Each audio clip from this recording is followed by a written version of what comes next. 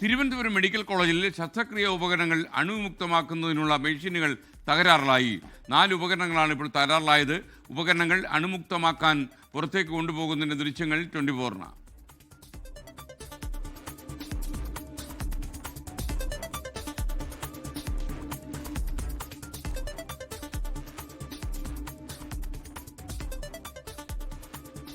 റിനു ശ്രീധർ തിരുവനന്തപുരത്ത് നിന്ന് ചേരുകയാണ്. റിനു, എന്തൊക്കെയാണ് അതിൻ്റെ കൂടുതൽ അപ്ഡേഷൻ?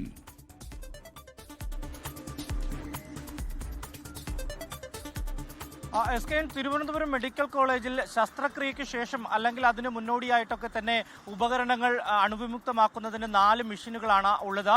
ഇതിൽ 4 കേടായിരിക്കുന്നു എന്നുള്ളതാണ് നമുക്ക് ലഭ്യമാകുന്ന വിവരം. ഈ മെഡിക്കൽ കോളേജിൽ നിന്ന് തൊട്ടടുത്തുള്ള SIT ആശുപത്രിയിലേക്ക് എത്തിച്ചാണ് ഇപ്പോൾ ഈ ശസ്ത്രക്രിയാ ഉപകരണങ്ങളൊക്കെ തന്നെ അണുവിമുക്തമാക്കുന്നത്. ആ ദൃശ്യങ്ങളാണ് നമ്മൾ കാണുന്നത്.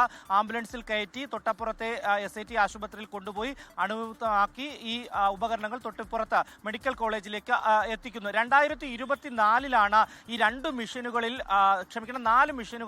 2 കേടായത്. 2026 ആകുമ്പോഴേക്കും ഈ ഉപകരണം ശരിയാക്കുവാൻ വേണ്ടി കഴിഞ്ഞില്ല ആരോഗ്യ വകുപ്പിന്. അതിനുശേഷം ഇപ്പോൾ 1 വർഷത്തിനിടയിൽ 2 മെഷീനുകൾ കൂടി കേടായിരിക്കുന്നു. ഏറ്റവും അവസാനം ഒരു മെഷീൻ കഴിഞ്ഞ ദിവസങ്ങളിൽ കേടായി എന്നുള്ള വിവരമാണ് നമുക്ക് ലഭിക്കുന്നത്. തുടർന്നാണ് ഈ അണുവിമുക്തമാക്കൽ പ്രക്രിയ SIT ആശുപത്രിയിലേക്ക് മാറ്റിയിരിക്കുന്നത്. ഏറ്റവും പ്രധാനപ്പെട്ട ഒരു കാര്യം, ഈ SIT ആശുപത്രിയിൽ കൊണ്ടുപോയി ശസ്ത്രക്രിയാ ഉപകരണങ്ങളൊക്കെ തന്നെ ആംബുലൻസിൽ കയറ്റി ഇറക്കി അണുവിമുക്തമാക്കി തൊട്ടിപ്പുറത്ത് മെഡിക്കൽ കോളേജിലേക്ക് എത്തിക്കുമ്പോഴേക്കും വലിയ രീതിയിൽ കാലതാമസം എടുക്കുമെന്നുള്ളതാണ് ഡോക്ടർമാർ പറയുന്നത്. അതുകൊണ്ട് തന്നെ ചികിത്സ നൽകുന്നതിനും ശസ്ത്രക്രിയ ചെയ്യുന്നതിനുമൊക്കെ തന്നെ ഒരു കാലതാമസം നേരിടുന്നു. അതുകൊണ്ട് തന്നെ അടിയന്തരമായി ഈ വിഷയത്തിൽ ഇടപെടണം, പരിഹാരം ഉണ്ടാകണം എന്നുള്ളതാണ് ഡോക്ടർമാർ പോലും പറയുന്നത്.